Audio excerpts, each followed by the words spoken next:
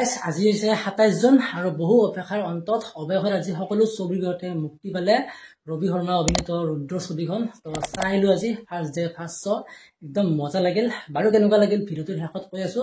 তো বলক ভিডিঅ'টো আৰম্ভ কৰো, মানে কেনেকৈ চাব কৈছিলো চাওক। আৰম্ভ হৈ গৈছে ৰুদ্ৰৰ পগলামি। নমস্কাৰ। তো আজি আমি চাব যাই আছো নতুন অসমীয়া ছবি ৰুদ্ৰ। তো ভিডিঅ'টোৰ শেষত চিনেমাখন চাই কেনেকুৱা লাগিল ৰিভিউটো দি আছো। তেতিয়া বলক প্ৰথমতে চিনেমাখন চাই আহোঁ। তো আমি দুজনে যাম চাব, আৰু এজন আছিল সি বোলে আজি নাযায় বেলেগ এদিন যাব। আৰু ৰদটো চাপ না কি তীক্ষ্ণ দিছে, হলৰ পৰা ওলাওঁতেহে বেন বাজে। আৰু বাকী চিনেমাখনত কোন কোন অভিনেতা অভিনেত্ৰী আছে জানে, তো হ'লেও এবাৰ কৈ দিছোঁ আমাৰ সকলোৰে মৰমৰ আদিল হুছেইন, নন্দিনী কাশ্যপ। আৰু নন্দিনী কাশ্যপৰ থিয়েটাৰ চাইছোঁ আগতে মঞ্চ অভিনয়, কিন্তু চিনেমাৰ অভিনয় এইবাৰ প্ৰথম চাম। আৰু অৰ্চিতা প্ৰকাশ, তাৰপিছত জয় কাশ্যপ, হিমাংশু গগৈ, এনেকৈ নানা বহুতো ন পুৰণি অভিনেতা অভিনেত্ৰী আছে। তেতিয়া বলক যাই থাকোঁ মানে পালোৱে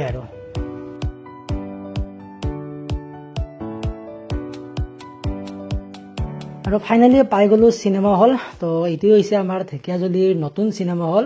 তো আজি ছেকেণ্ড টাইম আহিছোঁ, ইয়াৰ আগত ভাইমন চাব আহিছিলোঁ। আৰু আমি মানে যচতে অলপ সোনকালে আহি গ'লোঁ, মানে শ্ব' আৰম্ভ হ'ব এতিয়াও আধা ঘণ্টা আছেই। তো এতিয়া সেই গছৰ তলতে অলপ ৰখোঁ দিয়ক, এনেকুৱা টিকেট কাটাই আছে অনলাইন, ঘৰতে কাটি আহিছিলোঁ নাপাম বুলি। এতিয়া মানে শ্ব' আৰম্ভ হ'ব আৰু 20 মিনিট আছে, তো সেইকাৰণে ইয়াতে ৰখি আছোঁ।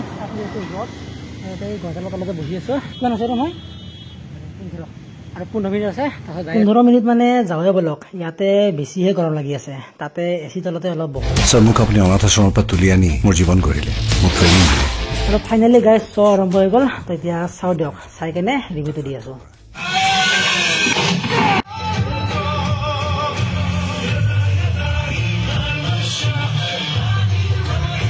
এনেকৈ ৰবিদাৰ ৰুদ্ৰ চিনেমাখন চাই আহিলোঁ। আৰু চিনেমাখন চোৱাৰ পিছত মানে ভিডিঅ' নকৰিলোঁ, মানে হলৰ পৰা বাহিৰ মানে ওলোৱাৰ পিছত যি গৰম লাগিছে, তো সেইকাৰণে আৰু ভিডিঅ' চিডিঅ' কৰি নাথাকিলোঁ।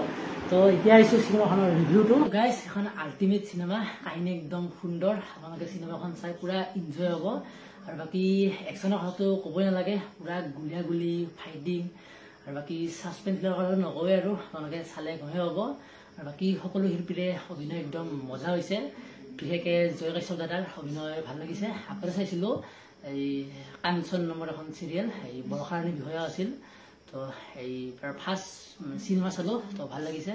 আপোনালোকে সকলোৱে এবাৰ যাওক ৰুদ্ৰ চিনেমাখন উপভোগ কৰক। ধন্যবাদ। যদি ভিডিঅ'টো ভাল লাগিছে লাইক কৰিব, শ্বেয়াৰ কৰিব, আৰু লগতে চেনেলটো কৰিব ছাবস্ক্ৰাইব। তো আজিলৈ বাই বাই, ধন্যবাদ, জয় অসম।